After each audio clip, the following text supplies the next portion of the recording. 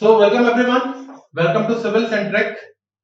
सो पिछले लेक्चर में हमने ये देखा था कि हम सॉइल की स्पेसिफिक ग्रेविटी कैसे कैलकुलेट करते थे पिग्नोमीटर मेथड से, और उसके रिलेटेड कुछ छोटी छोटी बातें और भी देखी थी, जैसे 27 डिग्री सेल्सियस पे कैलकुलेट करना है हमको स्पेसिफिक ग्रेविटी, और अगर 27 का टेम्परेचर नहीं मिला तो फिर क्या करना है, वो सारी बातें हम ऑलरेडी देख चुके थे। अब इस लेक्चर में हम लोग जरा देखते हैं कि जो तीसरी प्रॉपर्टी है सॉइल की, जिसको मैं कैलकुलेट कर सकता हूं बाय परफॉर्मिंग सम एक्सपेरिमेंट्स, तो वो प्रॉपर्टी कौन सी है और तरीका क्या रहेगा उस प्रॉपर्टी को कैलकुलेट करने का। तो वो प्रॉपर्टी थी आपकी specific gravity, sorry specific gravity तो हम पढ़ चुके हैं। जो अब प्रॉपर्टी पढ़ेंगे that is the unit weight of the soil. Soil का यूनिट वेट हम लेबोरेटरी में कैसे कैलकुलेट करेंगे, तो जरा देखते हैं भाई। तो नेक्स्ट बात हमारी जो है, जो तीसरी प्रॉपर्टी है, दैट इज डिटर्मिनेशन ऑफ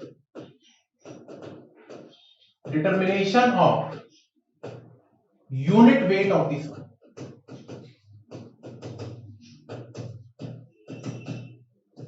अब दिमाग में एक सवाल जरूर आ रहा होगा कि सर यूनिट वेट थोड़ी होता है, या तो ये बल्क यूनिट वेट होगा, या सैचुरेटेड यूनिट वेट होगा, या ड्राई यूनिट वेट होगा, या फिर सबमर्ज यूनिट वेट होगा।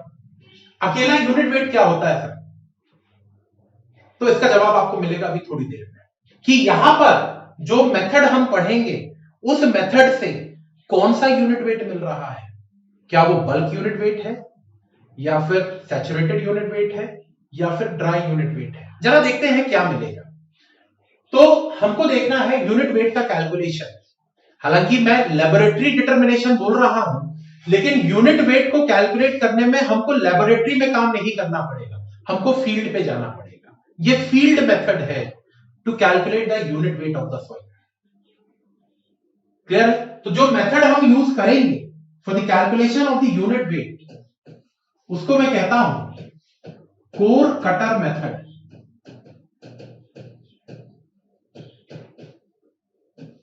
Core cutter method. एक और मेथड होती है that is known as sand replacement method. Sand replacement method. तो सॉइल का यूनिट वेट कैलकुलेट करने की अभी फिलहाल में मेरे पास दो मेथड है, इसके अलावा भी कुछ होती हैं, पढ़ेंगे हम उसको जब जरूरत पड़ेगी, जहां पर जरूरत पड़ेगी वहां पे पढ़ेंगे। तो मुझे सॉइल का यूनिट वेट कैलकुलेट करना है। दो मेथड के नाम लिखे हुए हैं यहां पे, that is the core cutter method and the sand replacement method. अभी फिलहाल में मतलब आज के लेक्चर में हम सिर्फ और सिर्फ कोर कटर मेथड को देखेंगे। सैंड रिप्लेसमेंट मेथड की बात आगे जाके कभी करेंगे, जब हम सॉइल के आखिर में पहुंच चुके होंगे, और जहां पर हम सॉइल इन्वेस्टिगेशन नाम का एक चैप्टर मैंने आपको सिलेबस के समय पे बताया था, जब सॉइल इन्वेस्टिगेशन पढ़ेंगे वहां पर ये कुछ बची कुची छोटी छोटी बातें हैं वो वहां पर निपटा लेंगे। अभी फिलहाल में तो हम कोर कटर मेथड की बात करेंगे कि इस कोर कटर मेथड को यूज करके हम हमारे सॉइल का यूनिट वेट कैसे कैलकुलेट करेंगे। अब कोर कटर मेथड को यूज करने का तरीका मैं आपको बता दूंगा, प्रोसीजर समझेंगे, उससे मैं यूनिट वेट भी निकाल लूंगा, और ये भी पता कर लूंगा कि ये जो यूनिट वेट निकला है ये बल्क यूनिट वेट है कि ड्राई यूनिट वेट है या फिर सैचुरेटेड यूनिट वेट है। कैसे पता करेंगे जरा देखते हैं। तो काम हमारा क्या है, यूनिट वेट का कैलकुलेशन। तरीका हमारा क्या है, core cutter method. Sand replacement की बात आगे कभी करेंगे, ठीक है। तो कोर कटर मेथड को देखते हैं कि how we can use this core cutter method for the calculation of unit weight. Field पे होगी ये मेथड।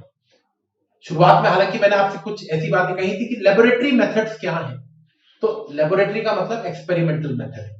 लेबोरेटरी में नहीं करना है, सामान को, इंस्ट्रूमेंट को लेबोरेटरी से फील्ड पर ले जाना है और फील्ड पर यह मेथड परफॉर्म करनी है।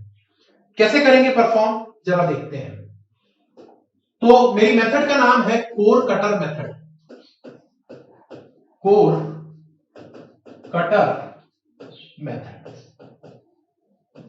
कैसे करते हैं परफॉर्म इस मेथड को फील्ड पर, जरा देखते हैं। सबसे पहले तो ये जाने कि ये कोर कटर क्या है। ये कोर कटर क्या होता है? तो कोर कटर सिंपल सा एक हॉलो सिलेंडर होता है, छोटा सा ऐसा, इस तरीके का एक हॉलो सिलेंडर होता है जिसका डायमीटर करीब करीब 10 सेंटीमीटर के आसपास का होता है, जिसकी हाइट करीब करीब 15 सेंटीमीटर के आसपास होती है। ये वैल्यूज याद नहीं रखनी है, एग्जैक्टली 15 नहीं होता, 13 समथिंग कुछ होता है, आपको ये वैल्यूज याद नहीं रखनी है। आपको तो क्या करना है बताऊं मैं, और ये वैल्यूज क्यों नहीं याद रखनी है इसका कारण भी बताऊंगा। आप तो क्या करें, इस 10 सेंटीमीटर की जगह पे आप इसको बोले कि सर ये 10 छोड़ो, आप तो इसको हम रिप्रेजेंट कर देते हैं डायामीटर d से, और ये जो हाइट दिख रही है ना ये जो हाइट दिख रही है हमको, इसको 15 सेंटीमीटर की जगह पे मैं h बोल रहा हूं। ये 10 और 15 की वैल्यू याद नहीं करेंगे आप, you will only remember the height as h and diameter as d। ठीक, ये कोर कटर होता है, एक हॉलो सिलेंडर है ये, जिसका हाइट h है, डायमीटर d है। अब इसके साथ करना क्या है, इसके साथ क्या करना है, इसके साथ बहुत सिंपल सा काम करना है आपको। लेबोरेटरी से उठाया इसको, फील्ड पर गए और इसके साथ साथ अपने साथ एक हथौड़ा लेके चलेंगे, हैमर। उस हैमर से इस कोर कटर को फील्ड पर जाना है, इस कोर कटर को फील्ड पे रखना है, ग्राउंड पे, और हैमर के थ्रू इस कोर कटर को जमीन के अंदर में गड़ा देना है, गाड़ देना है। बस यही काम करना है आपको, प्रैक्टिकल खत्म, समझे? मतलब बताऊंगा ऐसा नहीं है, लेकिन फील्ड में इतना ही काम करना है आपको। बस कोर कटर को लैब से उठाया, लैब में रखा रहेगा बट ऑब्वियस सी बात है, हथौड़ा उठाया लैब से, हथौड़ा और कोर कटर को ले जाके फील्ड पे पहुंचे, खाली मैदान देखा जहां पे जिस सॉइल की यूनिट वेट हमको निकालना था, उस खाली मैदान पे गए, कोर कटर को ग्राउंड पे रखा और उसके ऊपर में हथौड़ा मारना चालू किया, तो ये कोर कटर जो है वो जमीन के अंदर में गड़ जाएगा। बस यही काम करना है, ठीक है? तो जरा देखते हैं कैसे करेंगे। अगली स्क्रीन पे इसका तरीका भी बता देता हूं और यूनिट वेट कैसे निकलेगा वो भी बता देता हूं। देखेंगे जरा, थोड़ा सा छोटा डायग्राम बनाते हैं। ये मेरा ग्राउंड था, इस ग्राउंड पे मैंने मेरा कोर कटर रख दिया, ये मेरा कोर कटर था, ये कोर कटर मैंने ग्राउंड पर ले जाके कुछ इस तरीके से रख दिया। अब इस कोर कटर को इस जमीन के अंदर में गड़ाना है, बट ऑब्वियस सी बात है हाथ से तो नहीं गड़ा पाएंगे, तो हथौड़ा लिया, इसके ऊपर में हथौड़ा मारना चालू किया, तो ये कोर कटर का ये जो नीचे का सर्कमफ्रेंस है ना, ये हल्का सा नुकीला होता है ताकि ये आसानी से जमीन के अंदर में चला जाए। तो इसके ऊपर मैं हैमर मारूंगा। हैमर मारने के बाद कहानी कुछ ऐसी दिखने लगेगी आपको। ये इनिशियल कंडीशन है और यहां पे दिखा रहा हूं आपको फाइनल कंडीशन। अब आपका जो कोर कटर है वो जमीन के अंदर में जा चुका है, कुछ इस तरीके से। ऊपर से सिर्फ रिंग दिखेगी आपको, ये ऐसी रिंग दिखेगी बस, क्योंकि पूरा का पूरा कोर कटर जमीन के अंदर में जा चुका है। बस यही करना है, ये हो गया। अब क्या सर, इसके बाद क्या, इसको गड़ा रहने देंगे क्या? नहीं, अब इसको बाहर निकालना है। अब सवाल उठता है सर ये तो आपने पूरा गड़ा दिया अंदर, अब तो हमारे पास कोई ग्रिप ही नहीं मिल रही है कि इसको खींच कैसे बाहर निकालें। तो ये कोर कटर जमीन के अंदर में गाड़ दिया मैंने। अब मुझे, क्योंकि ये हॉलो था, और क्योंकि ये हॉलो था तो जब ये जमीन के अंदर में जाएगा तो इसके अंदर में मिट्टी आ चुकी होगी, इसके अंदर में मिट्टी आ चुकी होगी। अब इस कोर कटर को मुझे बाहर निकालना है। शर्त ये रखनी है कि इसके अंदर में जो मिट्टी है वो गिरनी नहीं चाहिए, मिट्टी सहित इसको बाहर खींच लेना है। अब क्योंकि ये इतना टाइटली अंदर जा चुका है तो इतना आसान तो नहीं है इसको ऐसा खींचना, तो क्या करें?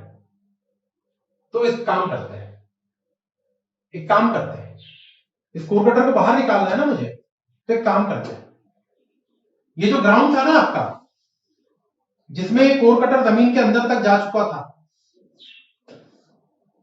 ऐसा गया था। अब इस कोर कटर को मिट्टी सहित बाहर निकालना था मुझे, तो मैं क्या करूं, देखिएगा जरा ध्यान से देखिएगा। क्यों ना मैं इस कोर कटर के अगल बगल वाली मिट्टी को एक्सकवेट कर दूं। यहां से कुछ एक्सकवेशन किया और यहां से कुछ एक्सकवेशन किया, तो ये ग्राउंड कुछ ऐसा दिखने लगेगा। लिखना नहीं है ये सारी बातें, सिर्फ समझ लेना है। मुझे इस कोर कटर को मिट्टी से ही बाहर खींचना था, तो भैया सिंपल सा तरीका अपनाया कि भाई ऐसे तो नहीं खींच सकता, लेकिन अगर अगल बगल की मिट्टी को हटा दिया तो अब इसको आराम से मैं बाहर ले सकता हूं। तो मैंने अगल बगल की सॉइल को एक्सकवेट किया और इस कोर कटर को ऊपर वर्टिकली खींच लेना है ऐसे। ध्यान ये रखना है कि इस कोर कटर के अंदर की मिट्टी गिरनी नहीं चाहिए इसको बाहर निकालते समय। बस फील्ड पे जो काम था वो आपका हो चुका है। अब इस कोर कटर को मिट्टी सहित, क्योंकि इसके अंदर में मिट्टी है, ध्यान से इसको लैब में ले जाएं।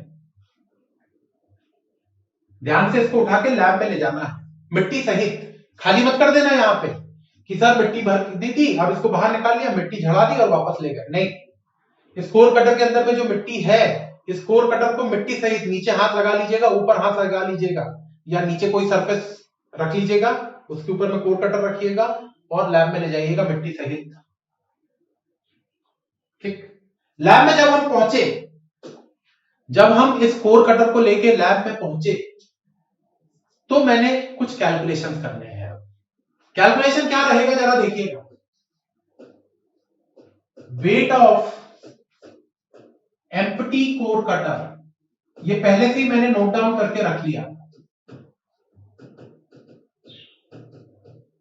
फील्ड पर जाने से पहले ही मैंने खाली कोर कटर का वेट कैलकुलेट करके कहीं पे लिख के रख लिया था अपने पास, उसको मैं यूज करने वाला हूं। अब जब मैं मिट्टी सहित कोर कटर लैब में लेके दोबारा पहुंचा हूं, तो मैं कोर कटर के साथ उस मिट्टी का टोटल वेट कैलकुलेट करूंगा। Weight of core cutter filled with soil, weight of core cutter filled with soil W2। ये खाली कोर कटर का वेट है, ये कोर कटर के साथ जब मिट्टी उसके अंदर में भरी हुई है उसका वेट है W2। अगर हमको मैथमेटिक्स आता है तो हम एक बात कह सकते हैं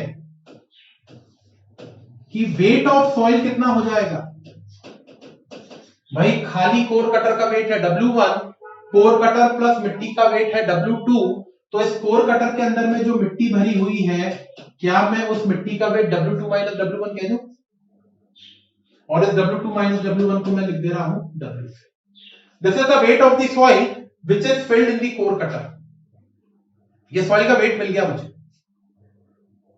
सॉइल तो वॉल्यूम कितना होगा, तो सॉइल का वॉल्यूम के बारे में अगर आप थोड़ा सा भी दिमाग लगाएं तो भैया सॉइल किसके अंदर में भरी हुई थी, कोर कटर के अंदर में। जरा एक एग्जांपल देता हूं आपको। यह पानी की बोतल है, पानी की बोतल का वॉल्यूम मुझे पता है 1 लीटर है, ज्यादा भी होगा पता नहीं, 1 लीटर है मान लीजिए।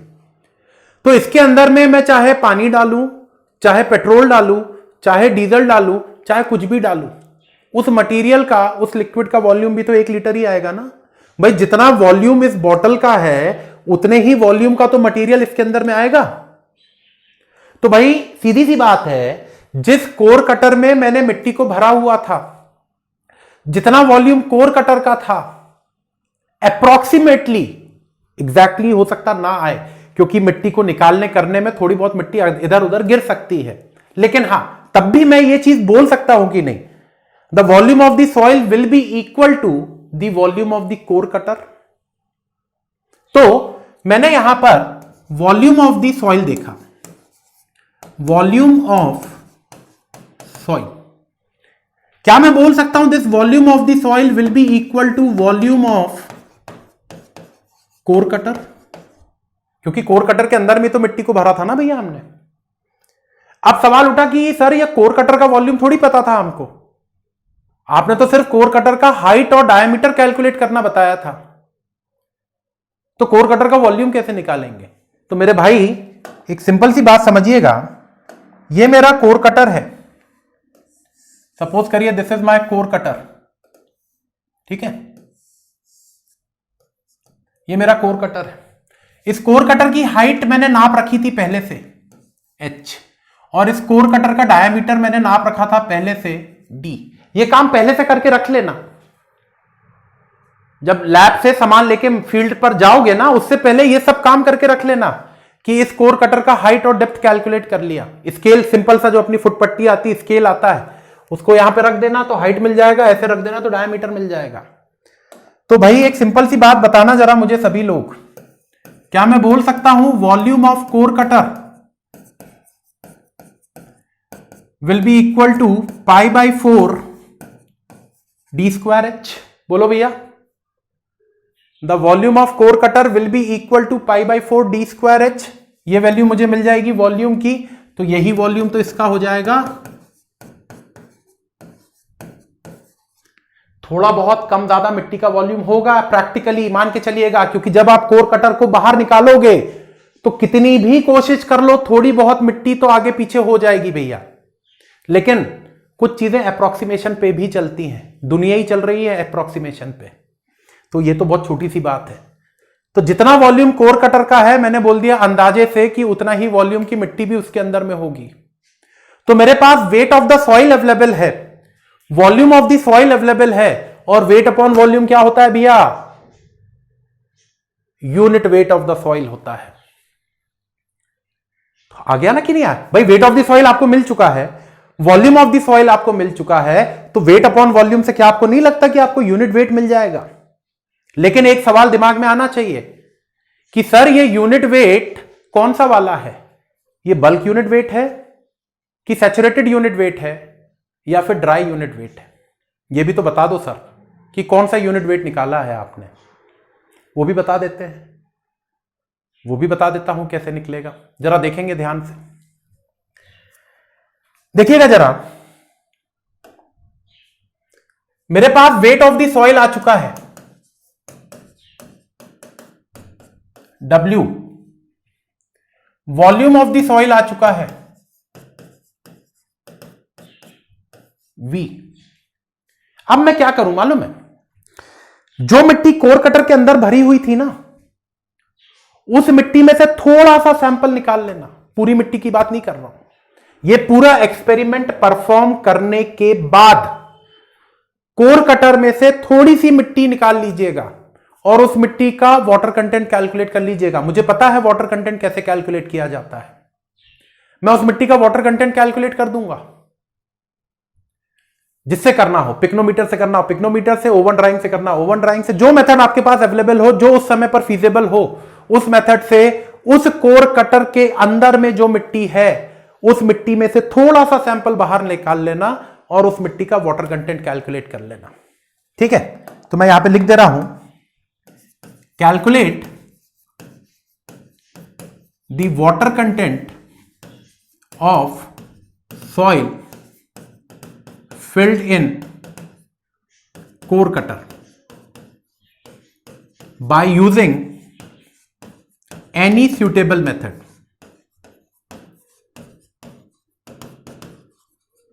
6 मेथड पढ़ी है ना भैया वाटर कंटेंट की। उस समय पर जो मेथड आपके पास इजीली अवेलेबल हो, उस मेथड से वाटर कंटेंट निकाल लेना। तो अब जरा देखें, मान लो एग्जांपल बोल रहा हूं, मान लो वाटर कंटेंट 0 आ जाए, ऐसा जरूरी नहीं कि ऐसा होगा, लेकिन मान लो अगर वाटर कंटेंट 0 आ जाए, तो फिर क्या मैं ये नहीं बोल सकता कि मिट्टी ड्राई कंडीशन की थी?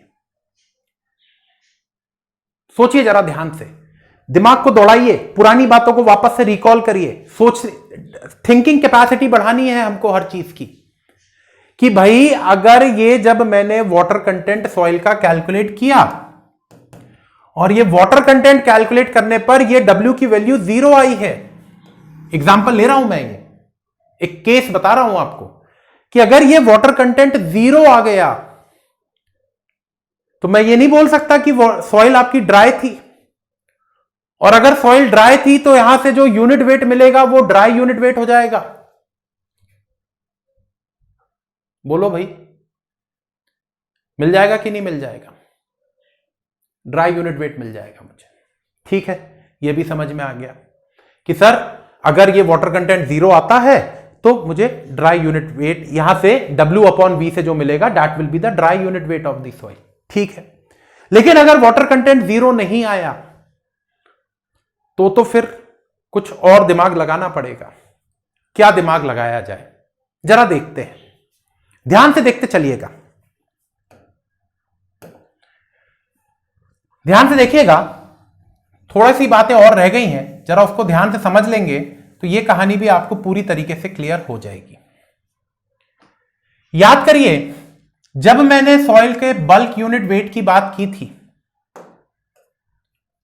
तो मैंने इस बल्क यूनिट वेट को लिखा था total weight upon total volume of the soil. Soil partially saturated condition में थी, सॉइल के अंदर में सॉलिड्स, पानी और हवा तीनों चीजें थी।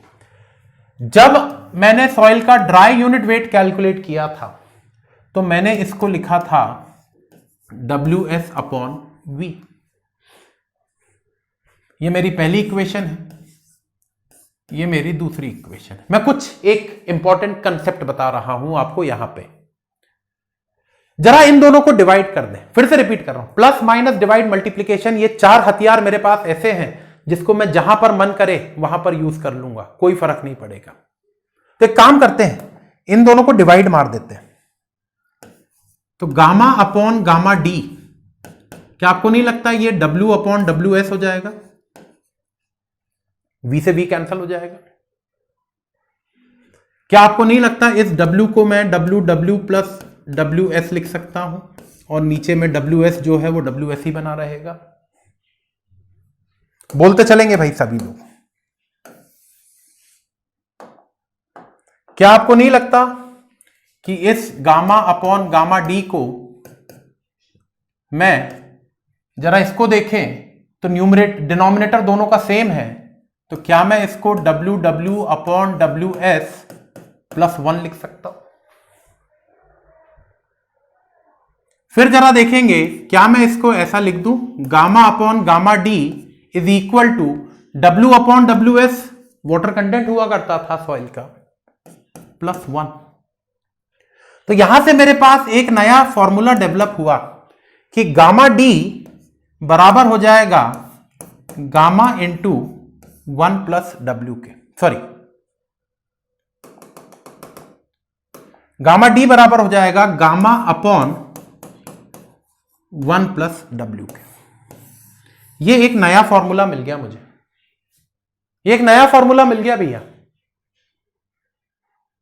कल जो हमने कुछ रिलेशनशिप्स डिराइव किए थे आज से 1 या 2 लेक्चर पहले, उसमें एक नया एडिशन ये फॉर्मूला भी मिला मुझे। ये फॉर्मूला उस समय मैंने जानबूझ के नहीं बताया था, सो दैट कोर कटर जब हम पढ़ेंगे तो ये फॉर्मूला आपको यहां पर मिल जाएगा। अब सवाल उठा कि सर इस फॉर्मूले से क्या ही कर लेंगे हम, फॉर्मूला आपने बता तो दिया ये, लेकिन इस फॉर्मूले का कोर कटर मेथड से क्या रिलेशन है? तो कोर कटर मेथड से कोई डायरेक्ट रिलेशन नहीं है इसका, लेकिन इस फॉर्मूले को मैं यूज करूंगा कैसे, जरा देखते हैं। आई होप कि ये डेरिवेशन तो समझ में आ गया होगा, छोटा सा एक डेरिवेशन था प्यारा सा, ये डेरिवेशन तो समझ में आ गया होगा। अब जरा ध्यान से बात सुनिएगा, आखिरी के 5 मिनट की कहानी है, इस 5 मिनट को गौर से सुनेंगे आप। भाई मैंने फॉर्मूला निकाला, gamma D is equal to gamma upon 1 plus W। ये जो कोर कटर मेथड में पढ़ रहा था, मैंने आपसे बोला कि ये मैं कोर कटर मेथड में जो मिट्टी कोर कटर के अंदर में थी उसका वाटर कंटेंट निकाल के रख लूंगा मेरे पास by using any suitable method. जो मेथड उस समय पर मेरे पास रहेगी उसके बेस पे मैंने वाटर कंटेंट निकाल के रखा हुआ है। मान लीजिए वाटर कंटेंट 0 आया, मान लीजिए वाटर कंटेंट 0 आया, तो मेरे भाई इस फॉर्मूले में देखो जरा, अगर वाटर कंटेंट 0 आता है तो क्या गामा डी गामा के बराबर नहीं हो जाएगा? यही तो मैंने उस समय बताया था आपको कि भैया अगर वाटर कंटेंट 0 आया तो जो यूनिट वेट मिलेगा वो गामा डी हो जाएगा। ठीक है, बिल्कुल सही बोला सर आपने। अगर वाटर कंटेंट 0 नहीं आता है तो मैं कोर कटर मेथड से गामा निकाल लूंगा W/V से। बट ऑब्वियस सी बात है ये गामा डी तो नहीं ही होगा अब, क्योंकि पानी है सॉइल के अंदर में, तो गामा निकाल लूंगा।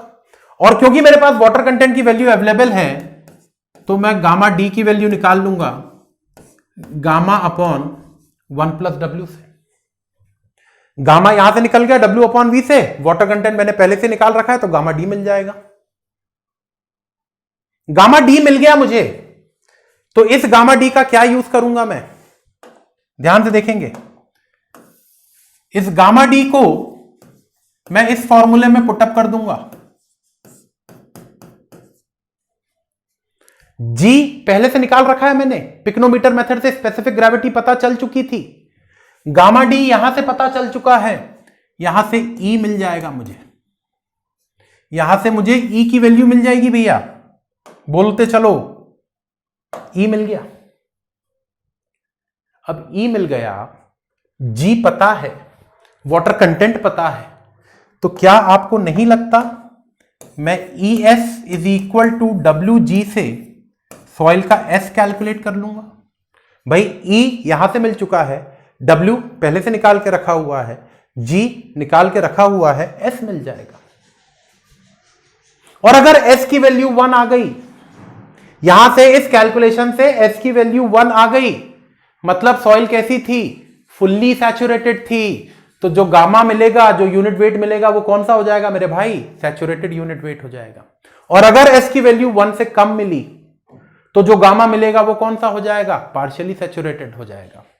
और अगर वाटर कंटेंट की वैल्यू 0 मिल गई तो गामा कौन सा हो जाएगा, गामा डी हो जाएगा। आई होप कि ये बात क्लियर हुई।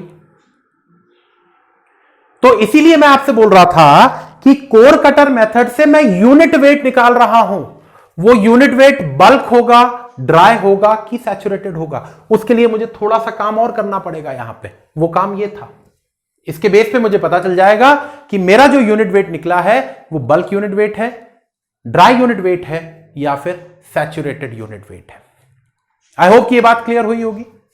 एक और चीज जाते जाते एक छोटी सी बात आपको और बताता हूं, ध्यान से सुनेंगे उस बात को। ये वाली बात तो क्लियर हो गई होगी सभी को भैया, ये जो मैंने बातें बताई ये तो क्लियर हो गई होंगी। ये सिर्फ और सिर्फ आप जैसे जैसे पढ़ते जाएंगे सॉइल मैकेनिक्स, ये सारी बातें आपको ऑटोमेटिकली समझ में आ जाएंगी, रटना नहीं है इन सब चीजों को। अभी तो सॉइल शुरू हुआ है, ये बातें जैसे जैसे हम आगे प्रोग्रेस करते जाएंगे अपने सिलेबस में, ये बातें आपके दिमाग में ऑटोमेटिकली आती जाएंगी और आप फिर आराम से बैठ के एनालिसिस कर पाएंगे सॉइल का। ठीक, चलिए जाते जाते एक छोटी सी कहानी और। वो कहानी ये है, कहीं आपसे गेट में नहीं पूछेगा ये कहानी, लेकिन इंटरव्यू में जरूर पूछ सकता है। ऐसे एक जनरल दिमाग में आया मेरे, तो मैंने सोचा आपको बता दूं। मैंने कहा कि अगर सॉइल का वाटर कंटेंट, ऐसे एक एग्जांपल लेके आपको बता दूं, 100% है, हो सकता है 100 भी हो सकता है, 100 से ज्यादा भी हो सकता है। अगर सॉइल का वाटर कंटेंट 100% है तो क्या डिग्री ऑफ सैचुरेशन भी 100% होगा? क्योंकि दोनों चीजें कहीं ना कहीं पानी से डील कर रही थी। वाटर कंटेंट मैंने पढ़ा हुआ है, that is the wait of the water upon weight of the solids, और डिग्री ऑफ सैचुरेशन पढ़ा हुआ है volume of water upon volume of voids. तो मैंने आपसे पूछा कि अगर सॉइल का वाटर कंटेंट 100% है तो क्या सॉइल का डिग्री ऑफ सैचुरेशन भी 100% होगा? आपको ट्रू या फॉल्स बताना है।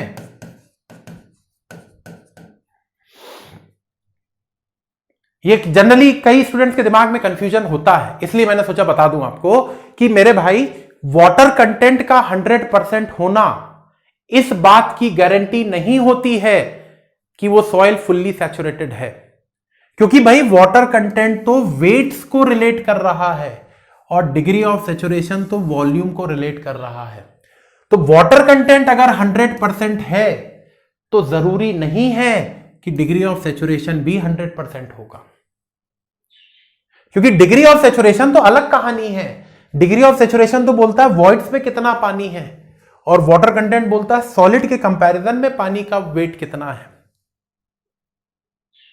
तो वाटर कंटेंट के 100% होने से सॉइल का फुल्ली सैचुरेट होना यह गारंटी नहीं है। तो इसका आंसर ना ही आप ट्रू बोल सकते हैं, ना ही आप फॉल्स बोल सकते हैं। आप इसको बोलेंगे इट कैन बी ट्रू और फॉल्स। हो सकता है किसी कंडीशन में वाटर कंटेंट के 100% होने पे सॉइल फुल्ली सैचुरेट मिल जाए, लेकिन हमेशा ऐसा होगा ये गारंटी नहीं है। एग्जांपल्स के थ्रू और समझेंगे इसको हम लोग। जब न्यूमेरिकल्स करेंगे तो ये बातें आपको और समझ में आएंगी, और ज्यादा अच्छे से समझ में आएंगी। तो आई होप कि यहां तक की बातें सभी को क्लियर हो गई होंगी। जो 3 प्रॉपर्टीज थी सॉइल की, that is the water content of the soil, specific gravity and unit weight of the soil. इन तीनों प्रॉपर्टीज को हम लेबोरेटरी में कैसे निकाल सकते हैं वो बातें मैंने आपको यहां पे बता दी। अब अगले लेक्चर में हम एक और बहुत इंपॉर्टेंट कंसेप्ट की, या उसको चैप्टर भी बोल सकते हैं, मैंने चैप्टर के रूप में बताया था आपको शुरुआत में सिलेबस में, हम बात करेंगे index properties of the soil की। Again a very very very important topic. लेकिन उस इंडेक्स प्रॉपर्टी में जाने से पहले कुछ सवालों की प्रैक्टिस और करेंगे। अभी तक जो बातें हमने पढ़ चुकी हैं उनके कुछ सवाल और करेंगे। सवाल करते चलेंगे, जितने ज्यादा सवाल करेंगे उतने ज्यादा कंसेप्ट दिमाग में बैठ जाएंगे हमारे।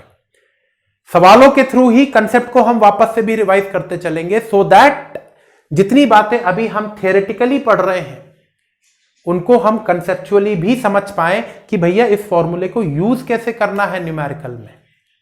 तो उसके लिए एक ही तरीका है, जितने ज्यादा हो सके उतने ज्यादा सवाल सॉल्व करें।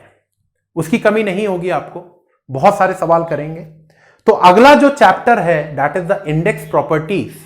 इंडेक्स प्रॉपर्टी में जाने से पहले सवाल करेंगे, बहुत सारे सवाल करेंगे, सो दैट जितना अभी तक पढ़े हैं वो बातें वापस से हमारे दिमाग में बैठ जाएंगी। और फिर उन चीजों में जब कॉन्फिडेंस आ जाएगा तो हम अगले चैप्टर पे प्रोसीड करेंगे, and that will be the index properties of the soil. I hope कि यहां तक की बातें समझ में आई। अगले लेक्चर में कुछ नए और बहुत अच्छे न्यूमेरिकल्स के साथ मिलेंगे, एंड उन न्यूमेरिकल्स को सॉल्व करके अभी तक के कंसेप्ट्स को वापस से रिवाइज करेंगे। तब तक प्लीज फिर से पढ़िए, हर एक चीज को ध्यान से पढ़ते चलिएगा, एंड फिर मिलेंगे कुछ न्यूमेरिकल्स के साथ। Thank you.